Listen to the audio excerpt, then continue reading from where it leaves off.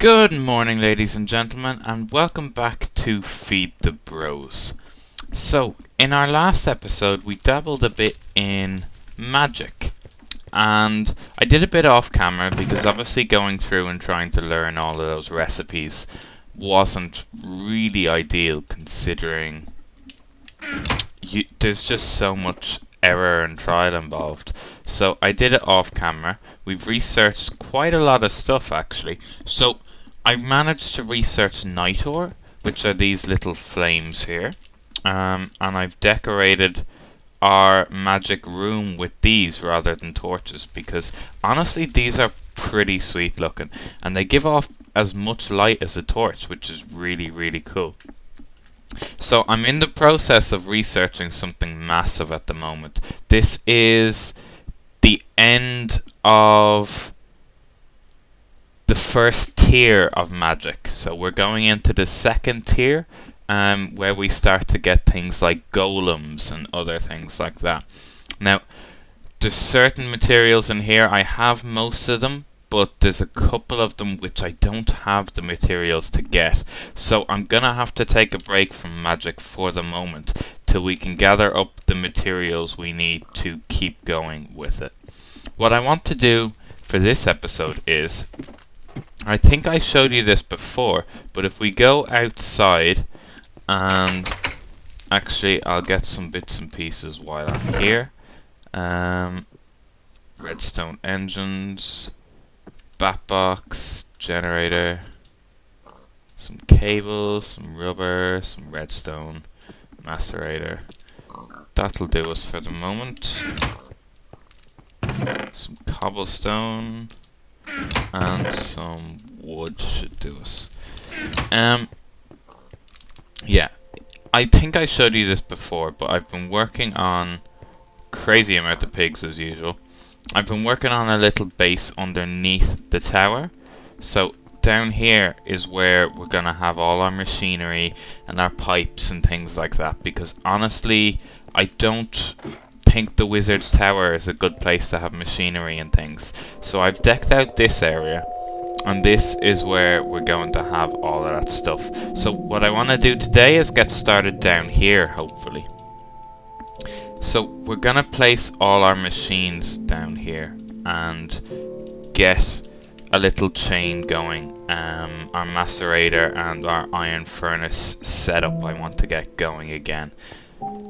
So if we place our generator here, I could probably place that closer. Where's my wrench? Here we go. So if I place my generator, let's say here, and then our bat box down next to it. Now this one is gonna have to come out a block for the input and the output and that kind of thing. So which one was the output and which one was the input? And how did we change it? Wrench?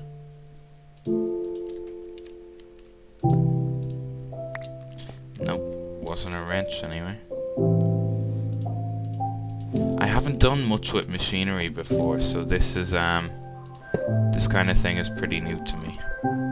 So if we now get our copper cables and run them into the bat box, that should be enough to generate some power. Now we need our macerator to start with, and then we need our electric furnace. So if I put our macerator down, let's say here, and then I put our electric furnace down. Let's go with here. There we go. So this should keep us going and allow us to smelt and grind up all the materials we have. So I'm going to need a couple more things to do this. I'm going to need pneumatic tubes, because I want to use those instead of transport pipes this time around, as they're much more efficient, and when your things are full they allow you to keep sending materials through but not let them go to waste. So I'll show you that once I craft them. I'm gonna need some glass, and what else are we going to need? We are also going to need brass ingots, and for that I need an alloy furnace, which you make with bricks. So let's smelt some clay and get an alloy furnace going. That's not the smelter. There we go. I may actually move all of this downstairs into the workshop, but I think it's okay up here at the moment. I'm gonna have the electric furnace down there soon, so that'll do the job. Okay, so I've managed to make an alloy furnace with my bricks, and I've moved a couple of the less basic things down here. So the crafting bench, anvil, the soul forge, and the alloy furnace. The things I won't need up in the tower. I still have a crafting bench and a furnace and things up there, just for when I need to do some quick smelting. But these are 2 different copper ingots. Well, isn't that annoying? Hopefully these ones will do. So I need... like that? Is that right? Brass. Yes, like that. Okay, so this should turn into brass as far as I know. Excellent, yeah. So I've left a furnace and a crafting bench up there, but I've moved most of the kind of building stuff down here instead, because this is where we're going to be manufacturing everything. I need to close up this over here. This is my my emergency exit, so to speak, but I don't have an iron door. I haven't smelted anything for quite a while because I've been trying to keep it until I got the macerator. So now that I have that, I can get back smelting things again. So what we were looking to craft are redstone or pneumatic tubes. So pneumatic tubes are made... 2 brass surrounding glass will make 1 of them.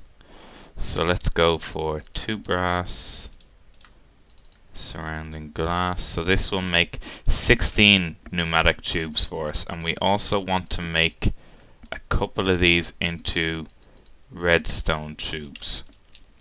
So let's make some redstone tubes as well. There we go. So we have pneumatic tubes and redstone tubes. Now we're going to need some chests to put our finished goods and things into. So 3, that should do us. And we're also going to need... is it a transposer I'm looking for? It is a transposer. So that is a piston, some cobblestone, wood, and redstone. How do I make a piston? Iron, cobblestone, redstone, and wood. So I'm going to need some iron blocks. Do I have any? No. So let's go back to the tower and get some. Okay, so this should be everything we need at this stage. So what we need is, we need the ores to go into this macerator, and then we need the ores to come from the macerator into the electric furnace, and then from the electric furnace into a chest. So how are we going to set this up? Well, first things first, we are going to need a chest above the macerator. And from that, we want not a redstone tube, we want a transposer coming from that. And then we need to change the direction of this. How does that work? Crescent hammer? No. Okay, problem solved. Screwdriver. I presume it's just a normal screwdriver, not a sonic one. So an iron bar and a stick. Stick and iron is a screwdriver, and this should allow us to turn it. So, confusingly enough, the big side is the input and the small side is the output. I wasn't really expecting that, to be honest. So we need the small side facing down like that. There we go. And now we need to apply our redstone signal. So if I put... can I put a redstone torch on the side of it to power it? No, I can't. Right, so the easiest thing to do is probably to use redstone pipes, as that allows the signal to pass through the pipe. So instead of powering that, I can power the pipe. So there we go. If I put redstone pipe and I slap down a redstone torch, there we go. That is going to send iron from our chest into here. Now it'll only send one, so what I need to do is generate a redstone signal, but I'll get onto that later. Now from the macerator we need to pull out the output. So if we set up our screwdriver again,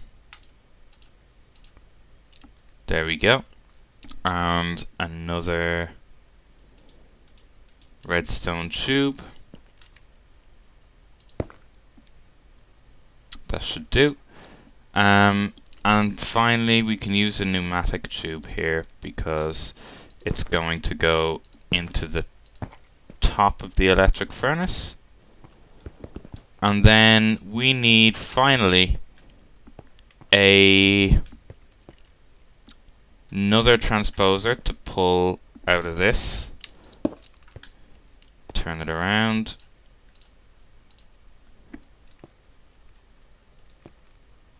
And to place it into a chest. So realistically what this should do now is it should pull, get out of here, it should pull the ore from here, macerate it, pull the materials, the dust from the macerator, put it into the furnace, and then pull the smelted bars and put them into this chest here. Now the advantage of this over the system we had before is that with these pipes, if these machines are full, the system will just stop, whereas before it was pumping out ores and the ores were getting lost because when the machine was full the ores were just falling on the floor. So this is our smelting system and this should work. What I need to do, however, is I will need to generate a redstone signal to each of these redstone pipes. And then what is the easiest way to do that? Can I make red alloy wire? I can make it with red alloy ingots. How do I make them? Redstone and iron ingots. Well, we have plenty of that. So if I put 4 redstone and an iron ingot in here, we have 2 types of iron as well. Oh no, they're the same type. That's odd. Okay, so this should make us red alloy ingots. Yeah, we're gonna need a couple more. So this should create 2 more for us, and then 3 of them will make a red alloy wire. Now, the good thing about red alloy wire is it can be used the same way as redstone dust, except you can run it up walls and down walls and around corners, and it's just much more versatile, so you can use it to power redstone really easily. So if I get 12 red alloy wire, then I can run it. What's the easiest way to do this? Probably at the back here. One there, one there. Can it go? It can go up the wall. So let's go 1 there. And then run it up the wall.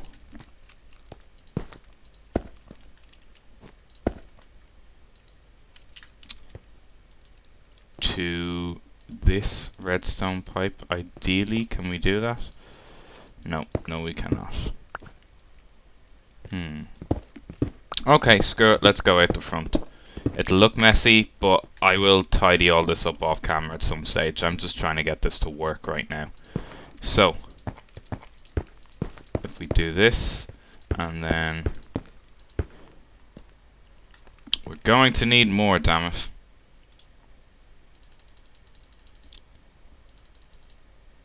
$12 and 3 iron. This is fairly expensive stuff. Well, it's not even expensive, it just takes a long time. Okay, so this has been a bit of a disaster. I had to take away the red alloy wire that we spent so long working on because it didn't work. It won't connect to these redstone tubes for some reason. Maybe I'm doing it wrong, but I found redstone dust did work. So what we also need is we need the redstone to pulse for this to work. Because in order for the transposer to pull items out, it has to... How did Junglewood get in the macerator? In order for items to be sent, the redstone signal has to turn on and off. So each time this pulses, it's going to send something. If it's just a continuous current, it won't. So if we right click on this timer, what we can do is we can set the intervals it pulses at. Now it's set to about 2 seconds at the moment. Honestly, I think that's probably the right kind of speed. So we're going to leave it there. So let's see if this works. It is pulling the iron ore from the chest and putting it into the macerator. It is pulling the dust and putting it into the electric furnace, and it is pulling the bars and putting them into the chest. Okay, so I have some more coal to power our generator. I have whatever bars we have upstairs I'm gonna put in our chest down here. There we go. 2 different types of copper, which is pretty annoying. And I also have ores that we can smelt. So everything in here is going to get smelted. Now as you can see, there's nothing coming out of there at the moment because our macerator is full of iron ore. So even though the signal is pulsing, nothing in the chest is moving. But as soon as space becomes available, it'll continue and it'll all get cycled and it'll all end up in this chest here. So our automatic smelting system is finally working. Our little room down here for machinery and things is complete. And we have some basic things we didn't have before, like our alloy furnace is going to be useful for making more machines, and we've moved our soul forge and things down here. I may eventually move the storage and things down here, truth be told, because it'll just be, there's a lot more space down here. Now one last thing I wanted to make was a moistener. Now this is needed to make mossy cobblestone blocks, which I'm going to need to finish off my theory of magic. So how do we do this? Well, the first thing we need is a sturdy casing, which is made using 8 bronze bars. And bronze is once again copper and tin. So do we have copper and tin? No. That's probably enough. So thank you for watching, guys. This has been an episode, a messy episode, because honestly I wasn't quite sure how to do half of this before we went into it, but we got there in the end, and our smelting and macerating and pulverizing system is working nicely and ticking along, and we can finally get some ores smelted because we've been building a collection up there for quite a while, and get started on making some new machinery. Next week I want to try and continue to expand on the magic, so I want to build the machines that we're going to need to get tier 2 of magic complete and do a bit more magic research. Thank you for watching, guys, and don't forget to leave a like and a comment if you've enjoyed this episode, and check us out on Facebook and Twitter as well. You've been watching Proceed to Checkpoint, and this is King Lear. Bye.